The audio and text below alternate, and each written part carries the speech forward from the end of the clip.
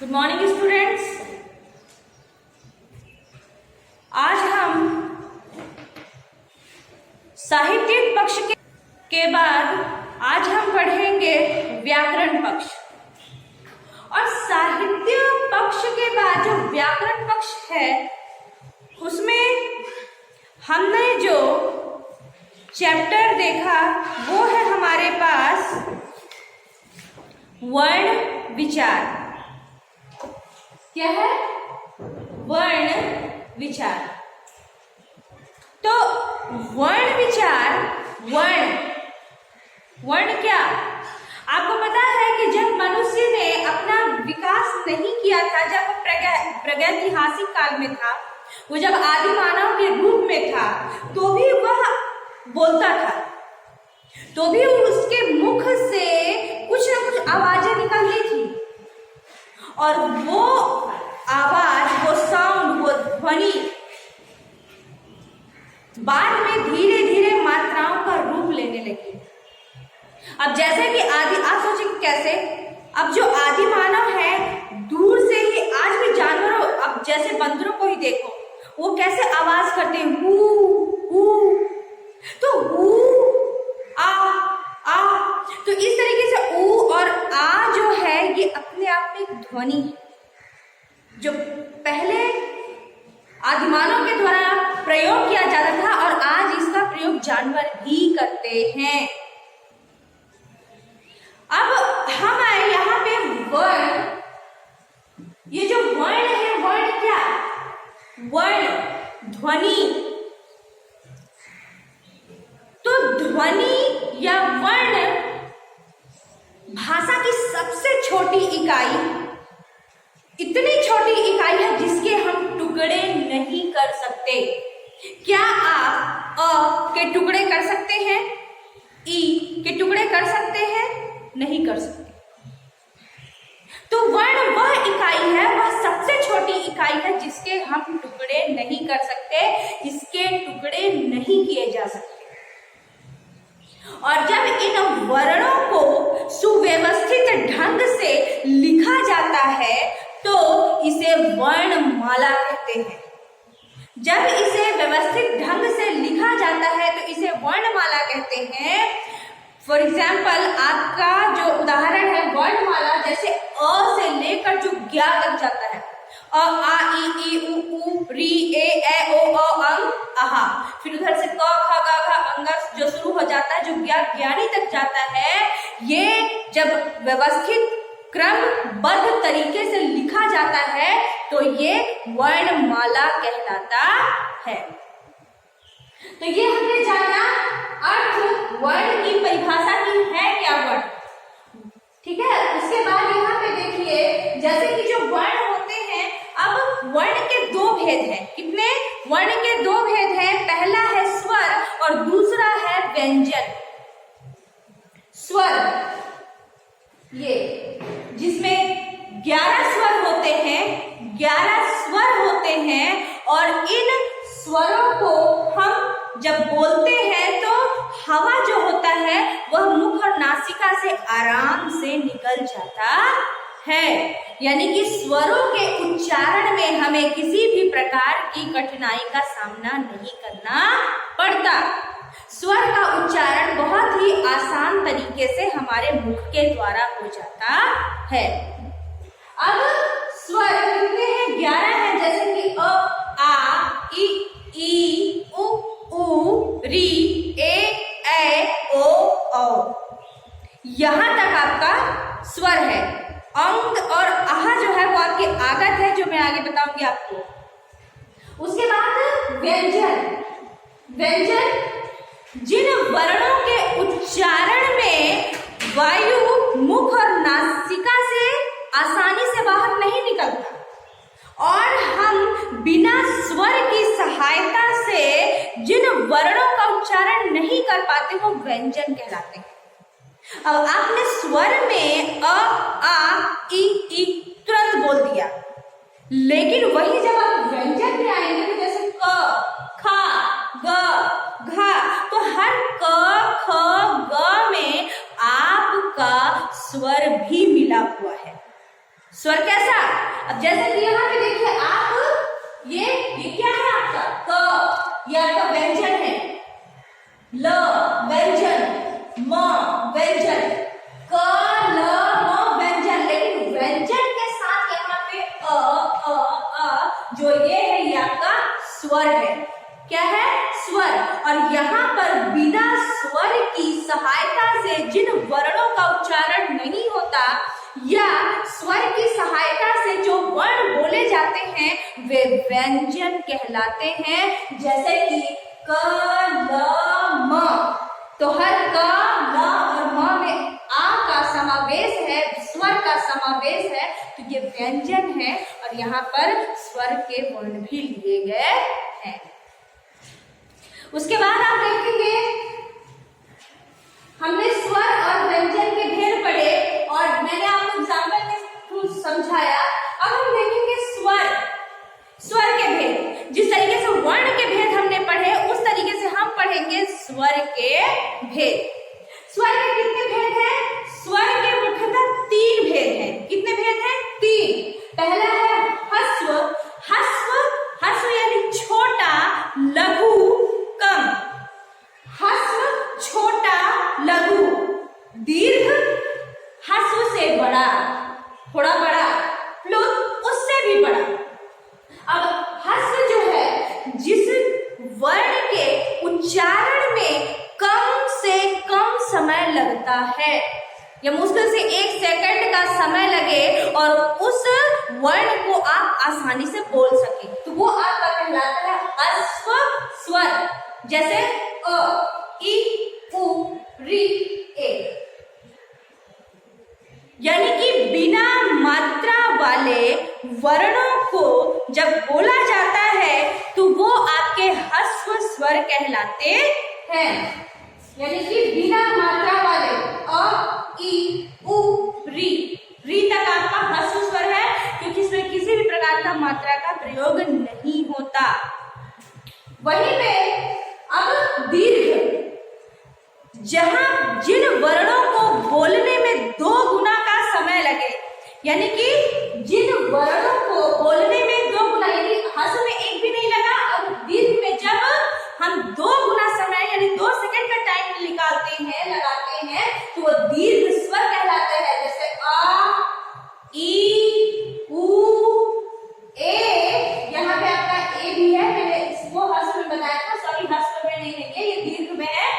आ, ई, उ, ए, क्योंकि इसको बोलने में हमें टाइम लग रहा है। ए, ओ, औ, यानी कि जहां पर मात्रा वाले स्वर आते हैं वो दीर्घ स्वर कहलाते हैं, जो बिना मात्रा के होते हैं वो ह्रस्व स्वर कहलाते हैं।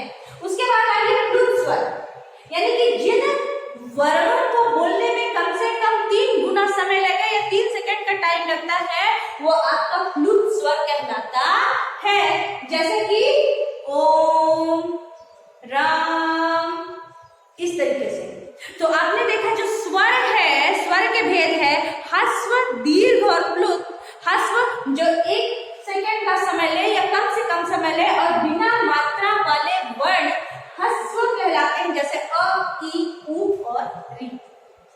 वही मात्राओं के साथ जिन वर्णों का उच्चारण किया जाता है, जो वर्ण बोले जाते हैं वो दीर्घ स्वर कहलाते हैं। जो ध्वनियां आती हैं आ, ई, उ, ए, ओ, औ। और फिर इसके बाद प्लुत जिसमें 3 गुना का लगभग समय लगता है, 3 गुना ज्यादा समय लगता है ह्रस्व और दीर्घ से, तो वो प्लुत स्वर कहलाते हैं। जैसे कि ओम, राम इत्यादि। तो ये थे आपके स्वर के भेद और अब हम व्यंजन के भेद देखेंगे। तो व्यंजन के भेद, आपने जो स्वर के भेद पढ़े, अब आप पढ़ेंगे व्यंजन के भेद। तो व्यंजन के भेद में देखिए यहाँ पर व्यंजन कितने हैं? यहाँ पे व्यंजन को मुख्यतः 3 भेदों में बांटा गया। कितने भेद में बांटा गया? 3 भेद में। पहला है स्पर्श व्यंजन, अंतस्थ व्यंजन, ऊष्म व्यंजन।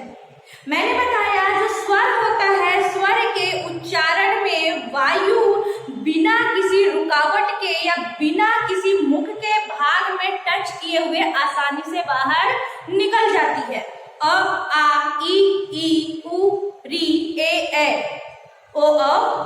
लेकिन आपका जो व्यंजन है बिना मुख के किसी भी भाग में जो वायु होता है वो टच किए बगैर या स्पर्श किए बगैर नहीं निकलता। और सबसे बड़ी बात इन्हें स्वर की सहायता के बिना नहीं बोला जा सकता। अब इसमें जो भेद है, सबसे पहला है स्पर्श व्यंजन। तो आप यहाँ पे देखिए स्पर्श, स्पर्श स्पर्श यानी कि टच करना या छूना।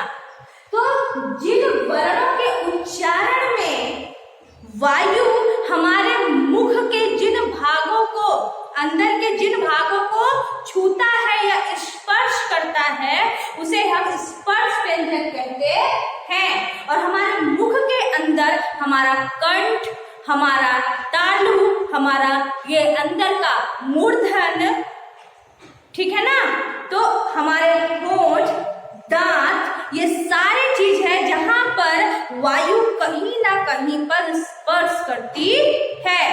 अब जैसे कि अब देखिए यहाँ पे क वर्ग, इसको वर्ग में बांटा गया है, इनकी संख्या 25 बताई गई है। अब जैसे कि क, इसे कंठ, कंठ भी बोला जाता है, कंठा भी यानी कंठ से क ख ग घ। अब जो ये पांचों इधर अंगा, इया, अना, न, मा, ये आपका क्या है, ये आपका अनुस्वार आ जाता है, ये थोड़ा अलग हो जाता है, इसके बारे में हम बाद में पढ़ेंगे। तो यहाँ पे देखिए जो कंठ से क ख, जब आप क ख ग घ उच्चारण करेंगे तो आपके कंठ पे वाइब्रेशन होता है। करिए उसको, क ख ग घ अंगा, आपके कंठ में वाइब्रेशन होगा। उसके बाद तालु, च वर्ग, च वर्ग च, छ, ज, झ। आपका जो जीभ है वो यहां पे टच होता है, बोलिए उसको, च, छ, ज, झ, या।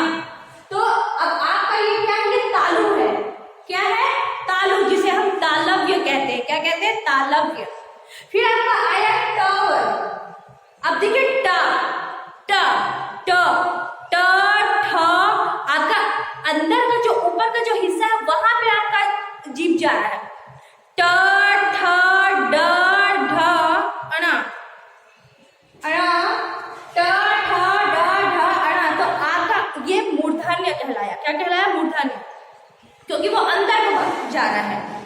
उसके बाद हमने देखा त वर्ग, त, थ, द, ध, न, त, ये दांतों को जीभ टच कर रहा है। त, थ, ये दंतव्य होता है। त, थ, द, ध, न, ये जो दांत को टच कर रहा है दंतव्य होता है।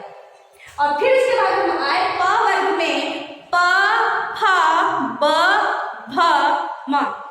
ये आपके होंठ जो है ये टच हो रहे हैं, स्पर्श हो रहे हैं। तो आपने देखा क वर्ग से लेकर पा वर्ग तक कहीं ना कहीं मुख का जो भाग है, जो हिस्सा है, कहीं ना कहीं किसी ना किसी चीज से स्पर्श हो रहा है, इसलिए इसे स्पर्श व्यंजन कहा जाता है। फिर उसके बाद हमारे अंतस्थ व्यंजन। अंतस्थ व्यंजन में वे 4 उदाहरण होते हैं, वर्ण होते हैं जो मुख के किसी भी भाग में नहीं टकराते, या, र, ल, व। लेकिन एक चीज है, अगर नहीं टकराते तो ये स्वर नहीं है। क्यों? क्योंकि ये जो य, र, ल, व है इसमें स्वर मिला हुआ है और बिना स्वर की सहायता से व्यंजन नहीं बोले जाते। और फिर लास्ट में है ऊष्म व्यंजन। ऊष्म व्यंजन यानी कि जब जिस वर्ण को बोलने में वायु मुख से रगड़ यानी कि ऊष्मा का या रगड़ का एहसास हो, वाइब्रेशन का एहसास हो, वाइब्रेट हो, वहां पर ऊष्म व्यंजन होता है। जैसे कि श, स, सा, ह। श बोले श, जैसे आप श बोलेंगे आपके मुख के भीतर एक रगड़ लगेगी, एक ऊष्म रगड़ लगेगी, वाइब्रेट होगा। तो यहाँ पे आपका ऊष्म व्यंजन कहना है। तो अभी तक हमने यह पढ़ा कि जो वर्ण होते हैं, वर्ण वह सबसे छोटी इकाई है जिसके टुकड़े नहीं किए जा सकते, और इन वर्णों को अगर हम क्रमबद्ध तरीके से या व्यवस्थित रूप से रख दे तो ये वर्णमाला का रूप ले लेती है, जैसे क से लेकर ज्ञ तक। उसके बाद हमने देखा वर्ण के दो भेद होते हैं, स्वर और व्यंजन। स्वर वह होता है जिसको बोलने में आसानी से वायु मुख से बाहर निकल जाती है, जैसे अ आ इ उ, और व्यंजन जिन्हें बोलने के लिए हमें स्वर की सहायता पड़ती है और वायु हमारे मुख से आसानी से बाहर नहीं निकलती। उसके बाद हमने स्वर के भेद पढ़ा। स्वर के 3 भेद होते हैं। पहला है ह्रस्व, फिर दीर्घ और फिर प्लुत। ह्रस्व जो कम से कम समय लगता है, बिना मात्रा वाले वर्णों को बोलने में जो समय लगता है वो ह्रस्व कहलाते हैं, जैसे कि अ इ उ री, ये 4 है। और उसके बाद है दीर्घ स्वर यानी जिनमें 2 गुना उच्चारण में समय लगता है वो दीर्घ स्वर कहलाते हैं, और ये मात्राओं के साथ होते हैं, जैसे कि आ ई उ ए ओ औ। और फिर उसके बाद हमने पढ़ा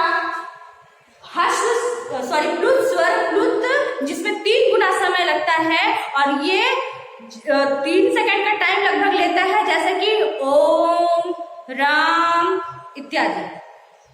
उसके बाद हमने व्यंजन देखा। व्यंजन के 3 भेद होते हैं। स्पर्श व्यंजन जो मुख के किसी न किसी भाग से वायु स्पर्श करती है, ये 25 होते हैं। इन्हें वर्ग के आधार पर बांटा गया होता है, क वर्ग, चा वर्ग, टा वर्ग, ता वर्ग और पा वर्ग। जो क है कंठव्य, प च तालव्य, त मूर्धन्य, त दंतव्य और अ ओष्ठ्य। और फिर उसके बाद हमने अंतस्थ देखा, इसमें वायु कहीं भी नहीं टकराती है, स्वर की सहायता से य, र, ल, व बोले जाते हैं। और ऊष्म जिन वर्णों के उच्चारण में आपके मुख में रगड़ हो, वाइब्रेशन हो, वहां पर ऊष्म व्यंजन होता है, जैसे कि श, स, ह इत्यादि। तो आज अभी आपको एक पार्ट केवल अभी आपको पढ़ना है, केवल इतना ही ध्यान से पढ़ना है। इसके आगे का मैं आपको दूसरे पार्ट में भेजूंगी। पहले आपको इसको अच्छे तरीके से पढ़ के समझना है, उसके बाद हम आगे का पढ़ेंगे। आई होप ये आपको समझ में आ गया होगा। जो नहीं समझ में आएगा एकदम से आप मुझे क्लियर पूछेंगे कि कहाँ पे आपको क्या समझ नहीं आया। Thank you.